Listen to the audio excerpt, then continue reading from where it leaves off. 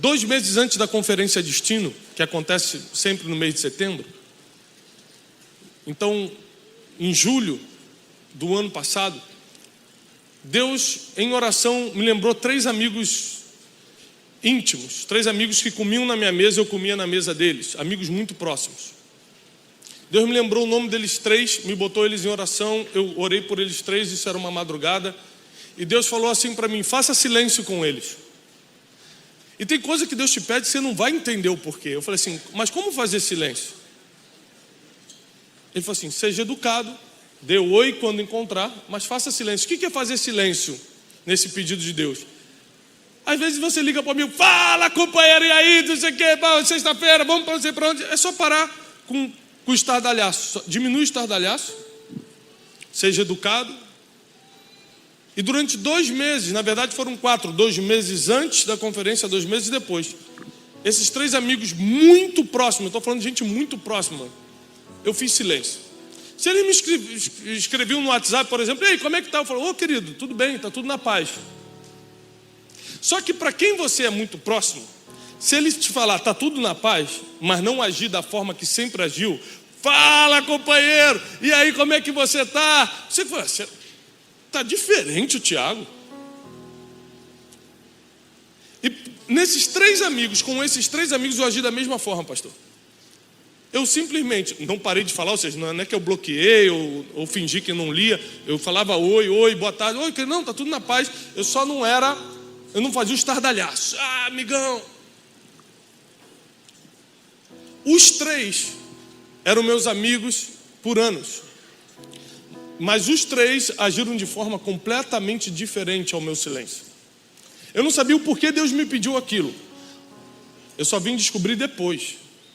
Mas eu quero te dizer a reação dos 3. O primeiro ficou atordoado e começou a perguntar para todo mundo que era amigo em comum se eu estava falando com eles. Então eu falei assim: o Tiago não está me respondendo direito. Então ele chegava no amigo comum e falava assim: Maurício, o Tiago está falando contigo? Ô Maurício, cara, tá, normal. Eu falei: o Tiago não está falando comigo, está falando com o Maurício. Ali é no outro: o Tiago está bem contigo? Eu falei assim: tá, mandou um áudio ontem, tá tudo bem. Então, em nenhum momento esse primeiro amigo, isso é uma história verdadeira, aconteceu comigo ano passado, esse primeiro amigo em nenhum momento me ligou. Ele, apesar de ser amigo íntimo, de comer na minha mesa, eu como na mesa dele, somos amigos de muito tempo, passamos por muita coisa junto. Ele, sentindo que eu estava diferente, ele não ligou para mim. Sentindo o meu silêncio, ele não ligou e falou: cara, tá tudo bem entre a gente? Como o ser humano tem dificuldade de perguntar se as coisas estão bem. A gente prefere fazer outras coisas do que simplesmente ir direto no ponto e resolver. Como a gente é feridinho. Como a gente quer carregar o peso da mágoa, o peso da confusão mental. Você nem sabe o que está acontecendo, mas já está chateado, já está ferido, já está com ódio. Ele simplesmente não falou comigo. Ele só ia na circunvizinhança e perguntava como é que eu estava, o que estava acontecendo comigo. Ninguém falou nada, ele também não fez nada. Não falou bem nem mal de mim, ele simplesmente ficou inerte. O segundo amigo, que hoje não é mais, ele, vendo que eu estava em silêncio, começou a procurar pessoas para falar de mim. Ele falou assim: Tiago tem falado contigo? Não. Sabe o que é isso? É orgulho. Isso aí é altivez. Não, ó, vou te falar uma coisa, na verdade, eu nunca nem gostei das palavras dele. E aquilo foram 4 meses. Os prints chegando: olha, o teu amigo está falando mal de você. E mandava o print. Eu falei: ok. Fazer o quê? Então um fica inerte, não liga para mim, mas procura saber como eu estou pelas pessoas em volta. O outro vira meu inimigo, não liga para mim e começa a falar mal de mim. E teve o terceiro amigo, que começou desesperadamente a mandar mensagem: cara, você realmente está bem? Estou bem. Ele mandava áudio: amigo, você está bem? Estou bem. Então, eu posso fazer uma conferência aqui na igreja e você vem? Os 3 são pastores e são meus amigos de muitos anos. Um deixou de ser. Porque eu liguei para ele e falei assim, olha, eu nunca vou falar mal de você. Eu nunca vou ser teu inimigo. Mas meu amigo, você não é mais. Porque o silêncio revela muita coisa. O terceiro amigo começou a me ligar e falou assim, cara, por favor, vamos jantar junto? Eu falei, eu não posso, eu estou cheio de coisa para fazer, a conferência está aí. Então prega aqui na igreja. Eu falei, olha, não dá agora, depois da conferência. Então vamos orar junto agora? Vamos, ora aí. Eu começava a orar, Senhor, abençoa o Tiago e tal. 3 amigos que tinham a mesma oportunidade de sentar à mesa. 3 reações totalmente diferentes diante do silêncio. Um ficou inerte, um virou inimigo e começou a falar mal. O outro se aproximou muito mais. 2 meses depois, foram 4 meses total, 2 meses depois da conferência, eu liguei para cada um para dar o relatório. Um para desfazer a amizade, obrigado, mas o silêncio revelou quem era você. O outro para me tornar ainda mais amigo, obrigado. O silêncio revelou que você é meu amigo. E o outro para falar, olha, você tem coisas para consertar, mas vamos continuar amigos. Você ficou inerte em cima do muro. Você podia ter me ligado. Porque tem gente que precisa só de uma instrução para melhorar. Tem gente que não dá para continuar junto. Você precisa aprender isso. E eu falei assim, Deus, eu perdi um amigo por causa desse silêncio. E Deus falou, não, ele nunca foi teu amigo. E eu falei assim, por que tu me pediste isso, Senhor? Deus falou assim, para você entender como eu conheço as pessoas quando paro de falar com elas. Quando Deus para de falar com alguns filhos, Ele começa a entender para onde eles correm quando Ele fica em silêncio.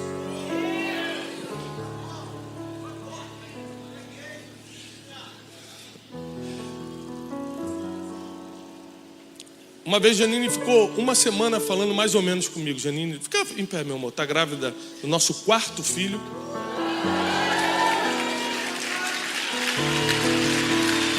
É muita coisa, jovem. Enquanto vocês estão aí passeando na praia, eu estou trabalhando, irmão. O irmão perguntou, pastor, mas como é que pode? 4 filhos, só viaja todo dia. Eu falei, e as conexões longas em Guarulhos? Quase 4 horas de espera de avião. Sempre, né? Eu vou segurar uma que vem aqui para você, mas Deus não deixou.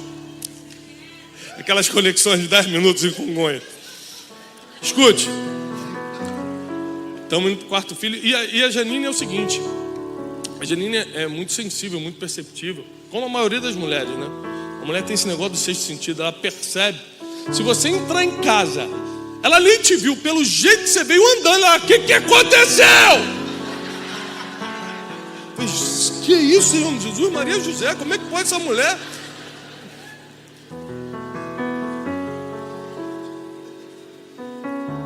Mas o contrário também acontece. Às vezes você está cansado, alguma coisa está acontecendo, mas involuntariamente, por 1 semana, eu falava normal, claro. Não tem como marido e mulher deixar de se falar. Se você já deixou de falar com seu marido, com a sua mulher, você precisa saber que não é normal. Você está precisando de ajuda, né? Mas sabe quando aquela semana você não está... Você está em silêncio. Quem está entendendo o que eu estou falando? Marido e mulher, você está em silêncio. Não é a mesma coisa. Ela talvez não tenha percebido, mas ela começou a fazer coisas que antes ela não fazia. Ela falou assim, eu vou cozinhar hoje. Dispensou a menina cozinhando, deixa que hoje eu cozinho para o Tiago. Ela começou a agir durante a semana para tentar entender por que eu estava em silêncio. Porque a primeira coisa que o silêncio mexe com o ser humano é na autoanálise. Por que isso está acontecendo? Porque o pastor Felipe é a 2ª vez que ele não responde meu WhatsApp. O que eu fiz? Aí você começa a pensar toda a tua vida. Quando eu tinha 3 aninhos, eu subi no negócio. Então, o silêncio faz você se autoanalisar. Anote isso, por favor. Então, quando alguém te dá um gelo, não necessariamente ele está se vingando. Às vezes ele só está fazendo você se autoanalisar. Não necessariamente ele está te desprezando. Às vezes ele está fazendo você encontrar a verdade em si mesmo. Porque você está ali, por que isso está acontecendo? Aí passa o tempo e diz, lembrei. eu prometi que ia pagar dia 20 e não paguei. Que quem está devendo sempre esquece, mas quem está esperando pagamento não esquece. Você começa a lembrar de coisas que você pode ter feito e estejam gerando aquele silêncio. Quando Deus para e não te responde, quando Deus para de falar por um tempo, quando Deus fica em silêncio, provavelmente a primeira coisa que Ele está provocando em você é a autoanálise. O que eu fiz? O que eu estou fazendo? Que tipo de vida eu estou levando para o meu pai não estar falando comigo essa semana? O pastor Felipe tocou num versículo que eu ia falar, não vou ler ele todo por questão de tempo, mas João 11:42, que diz assim: Jesus levantou os olhos para o céu e disse: Pai, graças te dou, porque sempre me... Deus ouve sempre, mas nem sempre responde. Te ouvir, Ele está ouvindo sempre, mas te ouvir não quer dizer que Ele vai responder. Igual você mandar mensagem no WhatsApp para alguém, aparece o tique azul de visualizar, mas quem disse que a pessoa vai te responder? É o que dá mais raiva. É quando você sabe que visualizou e não respondeu. Tá bandido, né? Viu a mensagem. De vez em quando eu ligo para pedir dinheiro emprestado para o pastor Felipe, ele visualiza, passa 3 horas, ele manda a mãozinha assim: estou na reunião de oração, não posso falar. Aí eu ligo para o pastor da oração: o pastor está orando mesmo? Eu falo: não, Felipe, está em casa. Aí eu começo a ligar: Felipe, me atende. Ele: não, rapaz, estou em jejum, estou na consagração. Até no monte ele sobe para não atender. Estou brincando. Nunca pedi dinheiro emprestado para ele. Sempre pedi dado, ele dá. Se você está precisando, procure o pastor Felipe no final. Escute isso. Primeira coisa, o silêncio vai gerar uma autorreflexão. Fala comigo, autorreflexão. Tem gente que não para se autopensar, autorrefletir, se Deus não ficar em silêncio um tempo.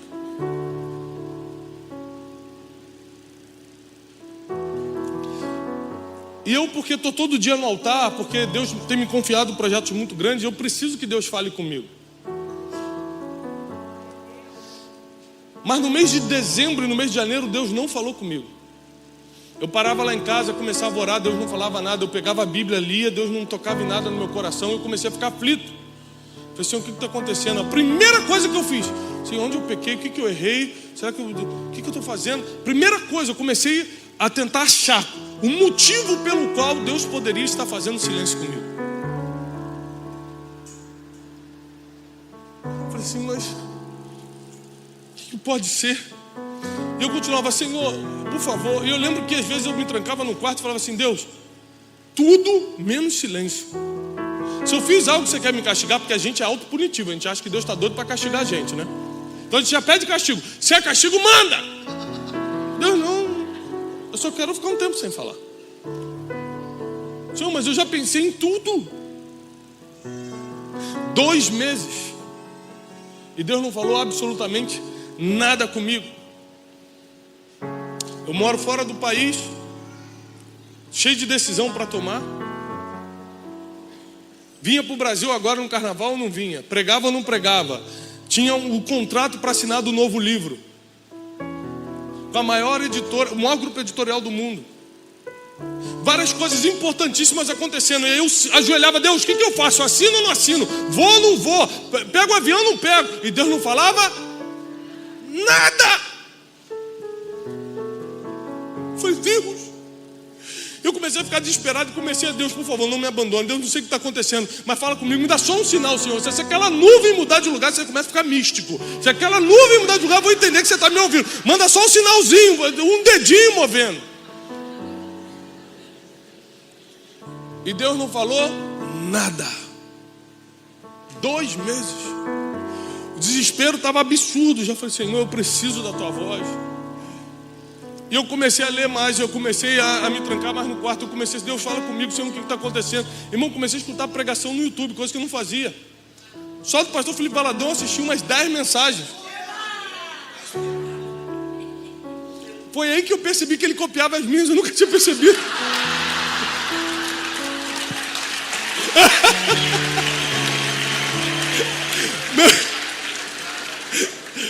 Tô brincando.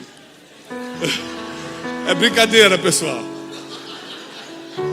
E aí eu comecei, falei: será que eu não estou escutando Aí, gente, você começa a fazer de tudo. Você não sabe onde está errando. Você fala, vou ampliar o leque, vou assistir outras pessoas. Comecei a dar esmola na rua. Nunca tinha dado esmola na rua. Vi um menino e falei, gente, pelo amor de Deus, toma aqui. Deus te abençoe, dá um abraço. Dava abraço, eu não sabia o que estava acontecendo. Mas eu queria que Deus voltasse a falar comigo. 2 meses depois, eu estou sentado num lago que tem atrás de casa. Um lago público, não é meu. Só para deixar claro para o irmão falar, lago em casa. Eu conheço como é que é. Esse aqui espalha rapidinho a notícia. Sentei ali num banquinho público, banco público que tem. E comecei a agradecer a Deus pela criação. Eu falei, olha só, tem gente que não pode enxergar e eu estou vendo esse lago.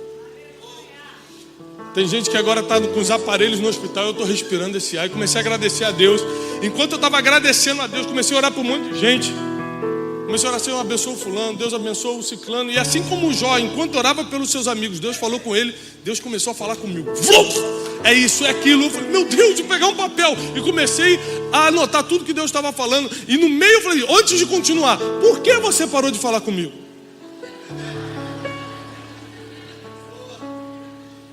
E Deus falou assim, eu só queria saber para onde você ia correr nesse período.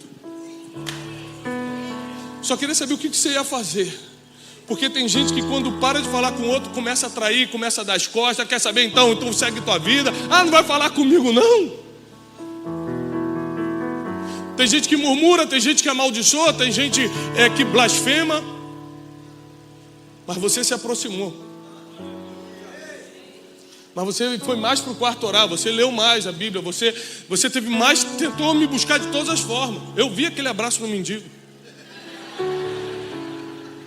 Graças a Deus.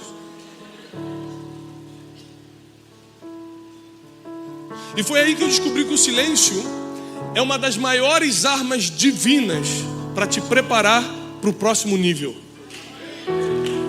O silêncio de Deus não é um castigo, é uma preparação para a próxima fase. Jesus estava na cruz.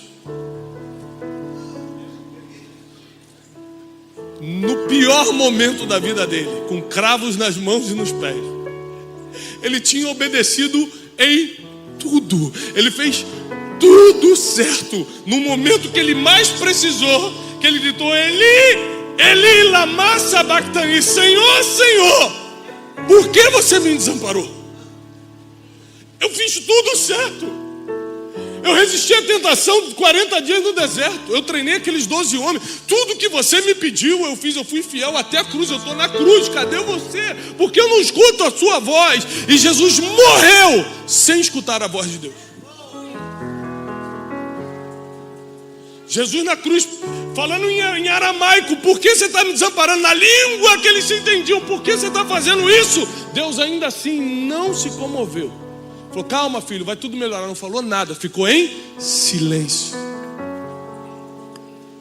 Porque o silêncio é a última etapa antes do maior cumprimento da tua vida, do maior propósito da tua vida, antes da grande realização da tua vida. Foi a morte e a ressurreição de Cristo que fez com que hoje tivéssemos vida. Existem coisas que Deus vai fazer silêncio contigo só para saber o que você vai decidir com o teu livre-arbítrio. Deus não é técnico de futebol para ficar, vai lá, vai, você consegue, vai. A gente confunde Deus, a gente reduz Deus. A gente tenta botar Deus dentro da nossa caixinha. Deus está muito fora da caixinha.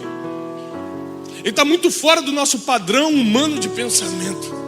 Ele faz do jeito dele, na hora dele, na forma dele, do jeito que ele quiser. A única coisa que a gente pode fazer é alinhar a nossa vida com um projeto, com um plano, com a vontade absoluta dele. E Jesus na cruz deu o último suspiro. A vida foi entregue. Ninguém tomou a vida de Jesus. A Bíblia diz, ninguém pode tomar a minha vida. Eu mesmo a entrego. E aquele que tem o poder de entregar também pode reavê-la. Jesus entrega a sua vida sem escutar a voz do Pai naquela cruz.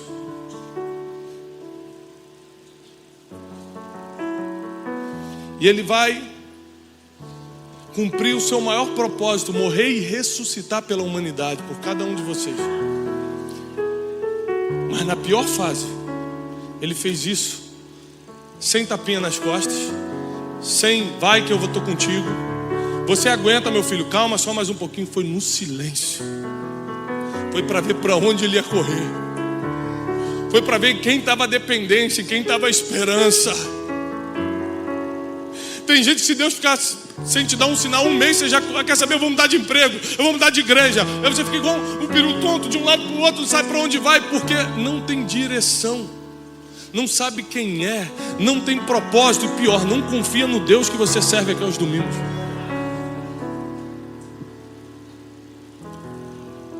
Se meus amigos agiram de forma diferente, 3 amigos, com o meu silêncio, que não vale muito para muita gente, mas para aqueles amigos valia.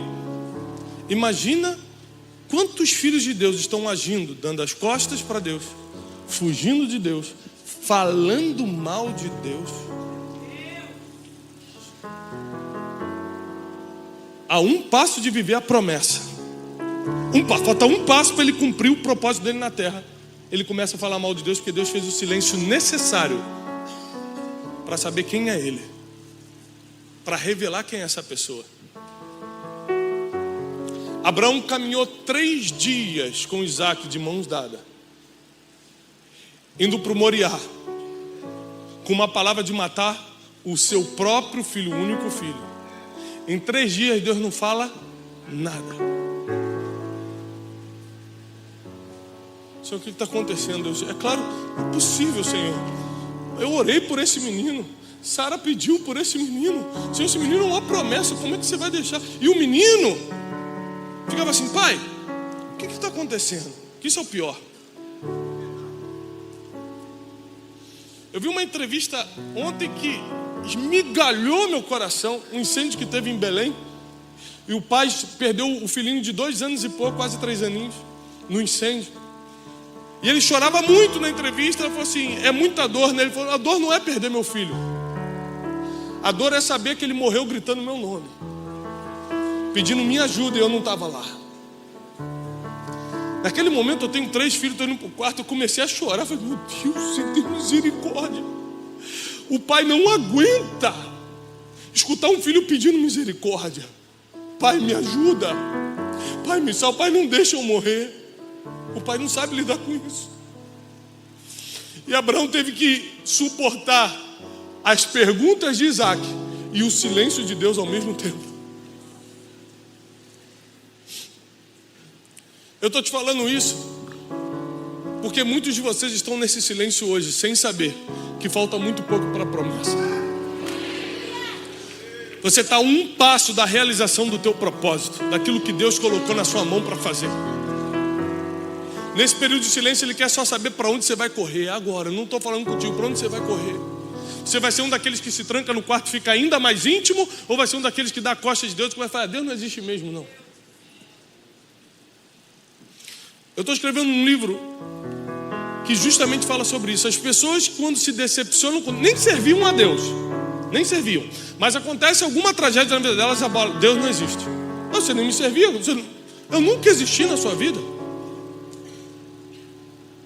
Uma vez eu fui fazer um enterro de um jovem, e a mãe começou, quando eu entrei, eu era pastor recém-ordenado, tinha uns 25 anos, hoje eu tenho 27, foi 2 anos atrás. Não entendi a risada dos irmãos, né? Deixa eu ajeitar aqui meus pelos brancos. E aí eu entrei no enterro, a mãe dele começou a me bater e falou assim: por que Deus matou meu filho?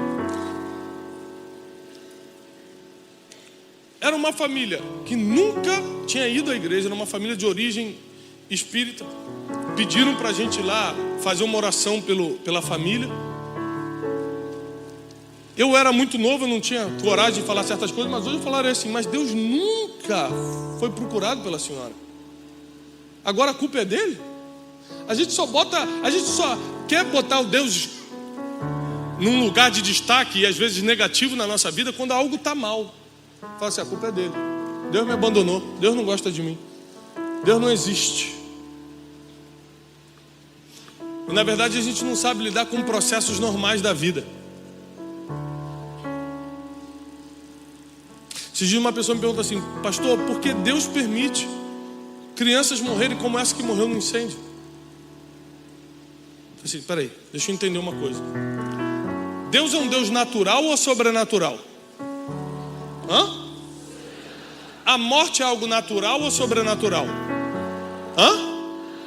Natural, todo mundo vai morrer. Então o que o Deus do sobrenatural tem a ver com coisas naturais?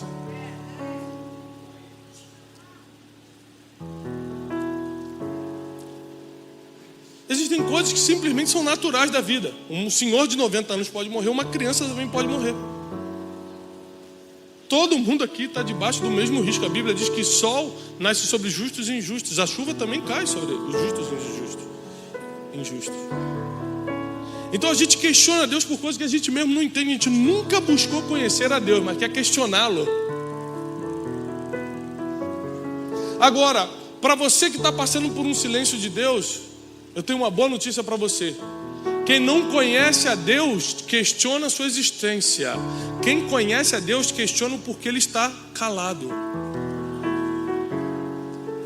Isso é muito profundo. Quando você vê uma pessoa questionando a existência de Deus, é que ela não tem a mínima ideia de quem é Deus. Quando você vê uma pessoa questionando o silêncio de Deus, essa pessoa é especial. Bota os olhos nessa pessoa. Coloca a sua atenção nas pessoas e fala: pastor, Deus parou de falar comigo. Coloca os teus olhos nela. Porque quando Deus voltar a falar, já vai ser para colocar num outro nível.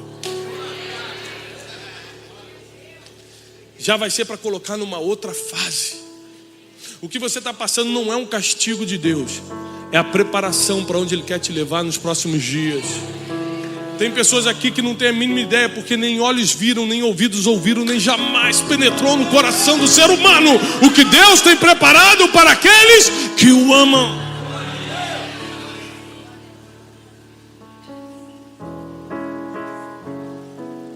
Aquela música que foi cantada aqui da Cassiane que fala: quando ele fica em silêncio é porque ele está trabalhando.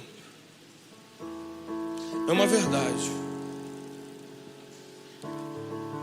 Em silêncio você fica mais concentrado. Você já viu o ourives trabalhando uma joia? Não dá para ficar batendo papo e trabalhando nos detalhes. O silêncio quer dizer que ele está nos detalhes.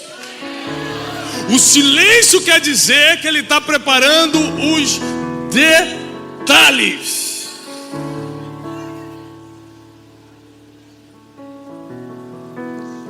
E provavelmente, realmente, não vai ser do jeito que você queria, vai ser do jeito dele.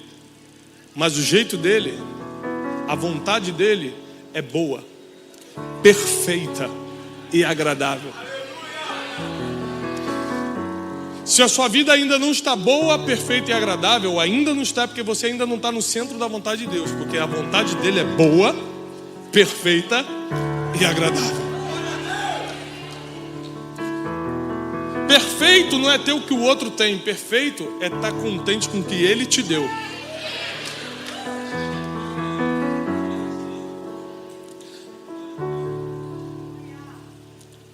Tem gente que fala: eu preciso do ar-condicionado, está muito calor. Tem gente que está lá no vento da praia falando: meu Deus, que delícia. O que é agradável? Não tem uma regra para o agradável. Por isso, pare de comparar o que Deus está fazendo na vida do outro, porque o que para o outro não serve para você. Não serve para você. A vontade dele para você é boa, perfeita e agradável. Por último, eu encerro aqui. O silêncio revela o seu nível emocional.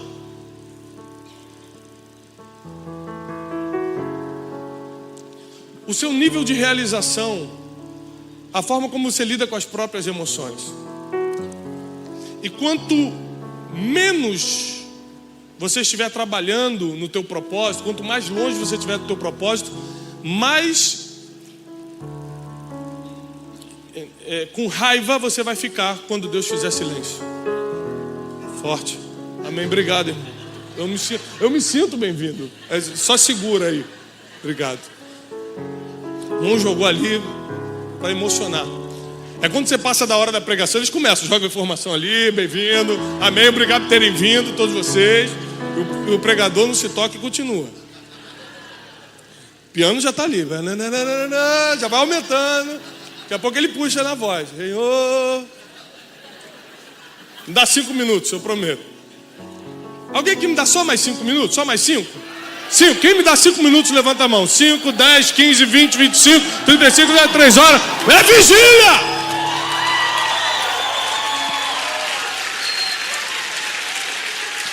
Amém.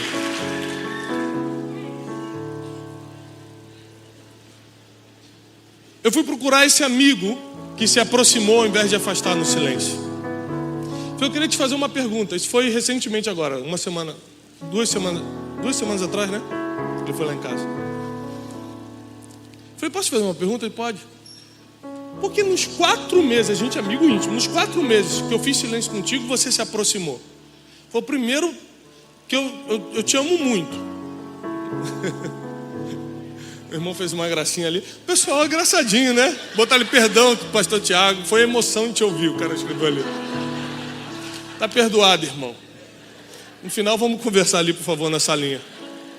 Equipe de libertação me acompanhe no final. Com certeza você não está sozinho, não. Isso aí está acompanhado. Isso aí é aquele que é só com jejum e oração. A casta é só com jejum. E ele falou, primeiro que eu te amo. Eu não ia conseguir lidar com essa ausência a troco de nada. Se Deus tivesse me falado para me afastar, é uma coisa. Agora, a troco de nada eu perder um amigo, não dá. A amizade hoje é coisa difícil, gente. Eu tenho poucos amigos. Felipe é um deles. Então, eu fico pensando como era aquela geração de pastores que um competia com o outro, ou não gostava do outro, ou não falava com o outro, ou ficava com medo de revelar o seu ponto fraco que o outro podia expor, porque na minha geração a gente se liga para chorar junto, para falar, cara, ora por mim que hoje eu estou mal. Na minha geração, um tenta apoiar o outro, a gente se liga, são poucos, não são muitos, mas sem amigo não dá para viver bem. Precisa de gente para estar orando pela gente para estar conversando, gente para estar no dia ruim, falou, cara, hoje eu estou mal. Recentemente eu orei por um dos nossos amigos em comum, e falou, cara, eu estou mal, eu tenho que pegar um avião agora, eu acho que é ataque de pânico, porque eu estou aqui todo tremendo, me deu uma sensação de morte. Eu orei por ele, fui conversando com ele até ele entrar no avião, cheio de coisa para fazer, irmão. Carregando as coisas, meu irmão, olha, Deus vai te abençoar. Entra nesse avião, não fica com medo, não. O que a gente faz sem amigo? Não dá para perder uma amizade no mundo de hoje. Então ele falou para mim, olha, não ia perder sua amizade. Mas segundo, eu entendi que Deus estava me dando um crescimento muito grande na minha igreja. E eu pensei, se Deus está me dando esse crescimento, imagina o que Ele está fazendo na vida do Tiago. Às vezes é só aquela fase que você está muito envolvido com o que Deus te colocou para fazer e você se desprende um pouco. Por que ele pensou assim? Porque ele estava crescendo. Quem me deu as costas e começou a falar mal era o que não cresceu. Aí ele tem tempo para fantasiar. É por isso que a gente tem que perdoar os mais fracos, diz a palavra. Porque quem está trabalhando para o reino tem resultado. E o resultado dele faz... Ele entendeu o que está acontecendo com você. Ele consegue se colocar no teu lugar, empatia. Ele fala, poxa, se comigo está complicado, porque meu ministério está fluindo muito, está crescendo, imagina como está lá. Então eu vou entender, às vezes é uma fase. O outro não, o outro está parado. Não cresce nada, nada acontece. Então ele começa não só a ficar com raiva do silêncio, mas com raiva do teu crescimento. E é aqui no silêncio que você revela o nível da tua inteligência emocional, o nível das tuas emoções. Quando a Bíblia usa a palavra coração como sede das emoções, são mais de 928 vezes que a Bíblia menciona a palavra coração como sede das emoções. Está tratando de mente hoje, a gente sabe que é mente, que o músculo, o coração não tem sentimento algum. A Bíblia está falando justamente da tua vida emocional, da tua inteligência emocional. A Bíblia fala, por exemplo, sobre todas as coisas que se deve guardar, guarda o teu. Não está falando do músculo do coração, ou seja, não é para você tomar ômega 3 para ficar com o coração bom. Está falando das tuas emoções. Sobre todas as coisas que você deve guardar, guarda as tuas emoções. E quando você revela o nível da tua vida emocional? Quando alguém faz silêncio. Você pode interpretar como desprezo, ou você pode interpretar como ele está trabalhando muito. A interpretação é de acordo com a tua ferida emocional, com o teu vazio existencial. A interpretação é de acordo com os teus filtros mentais, que já não entendem mais nada e absorvem a vida dos outros como se fosse a tua. A tua está ruim, você acha que dos outros está ruim. Você julga todo mundo, você acha que ele está te julgando também. Você seria capaz de pegar algo que não é teu, então você acha que alguém pegou algo também. Porque você sempre supõe dos outros o que você teria coragem de fazer.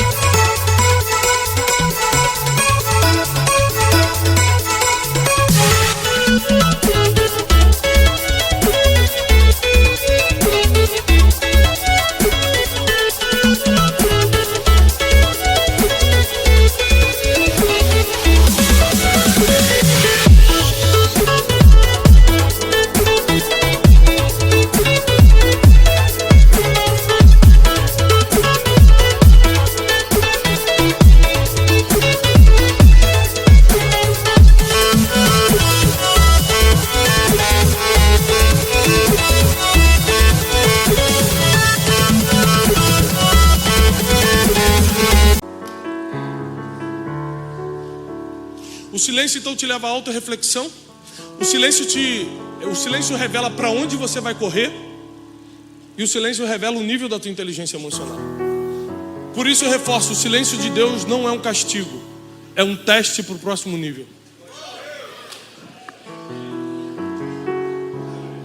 Às vezes o silêncio de Deus vai fazer com que você mude a roda de amigos, porque a roda que você está foi legal até aqui. Para o próximo nível tem que ser outro tipo de amigo. Às vezes o silêncio de Deus vai fazer você mudar a sua perspectiva de futuro. Você achava que o que você está fazendo estava ótimo, mas o silêncio de Deus revelou que tem mais pela frente. Você precisa se preparar mais, estudar mais, ler mais, andar com pessoas que vão te levar para esse mais de Deus. A Bíblia diz: ande com um sábio e se tornarás sábio. Então tem gente que quer sabedoria e está andando com gente que não sabe nada. Que incoerência. Mas Deus está chamando um povo nessa noite que vai saber lidar com o silêncio das pessoas, porque nem todo mundo que está fazendo silêncio contigo hoje te quer mal. Inclusive você tem que lembrar que elas têm a vida delas para viver também, que você não é o centro da atenção da vida delas.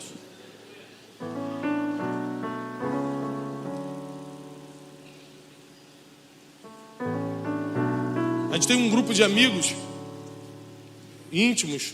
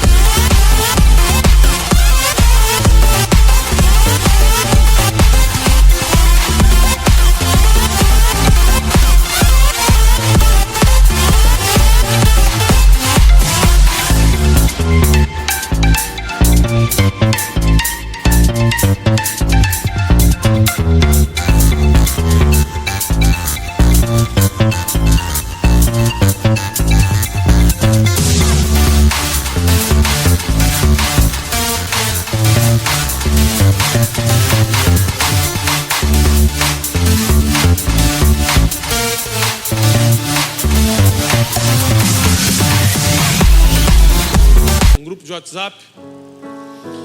E às vezes tem aquele que participa mais, tem aquele que participa mais ou menos, tem aquele que nunca participa, que só manda uma mãozinha assim, orando. Então o Felipe, assim, 3 horas da manhã, normalmente está mandando áudio. 3 horas da manhã. Né? Eu falei, gente, o que está acontecendo com esse homem? 7 horas ele manda o primeiro. Eu falei, gente, dormiu 4 horas só. Mandou um de 3, mandou um de 7. Então, se o Felipe, por exemplo, ficar um dia sem falar, tem algo de errado, você tem que ir nele. O que está acontecendo? Tem gente que fala menos, e você já sabe que é normal ele ficar 2 dias sem falar, 3 dias sem falar no grupo. Mas nós também temos que supor que se um dia o Felipe, que adora falar, Não falar no grupo não quer dizer que ele está mal comigo ou com alguém do grupo. Pode ser que ele esteja muito envolvido na obra aqui da igreja. Então não crie fantasias por causa das tuas doenças emocionais.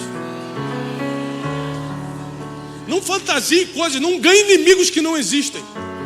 Tem gente que está cheio de inimigo que nenhum é real, nenhum. Ela conseguiu inventar todos. Aquela irmã ali não gosta de mim, ó, como é que me olha, ó. Aí o cara fala, mas ela não está nem te olhando. Fala, tá, você não viu aquele olhar de cobra que ela tem?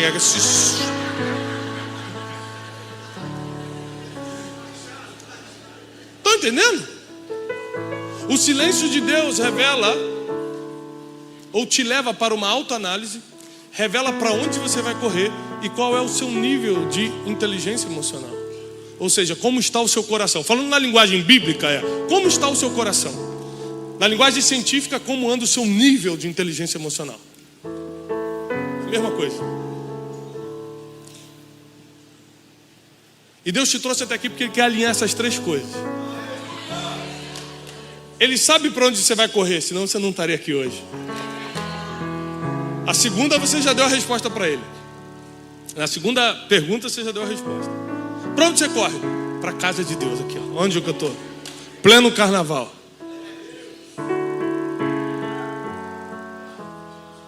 Enquanto nós estávamos ministrando a palavra, muitos já estavam se autoanalisando. Deus, é verdade.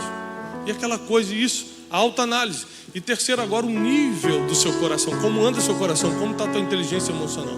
Nessas três coisas Deus vai trabalhar para te passar para o próximo nível. Lembre-se que Jesus morre no silêncio de Deus. E por 3 dias nada acontece. Ele cumpriu o maior propósito dele, morrer na cruz. E ainda assim teve mais 3 dias de silêncio. O tempo é de Deus, não é no teu tempo. Então a gente fala, eu fiz tudo certo aqui, ó. Acabei de fazer o que Deus mandou, cadê?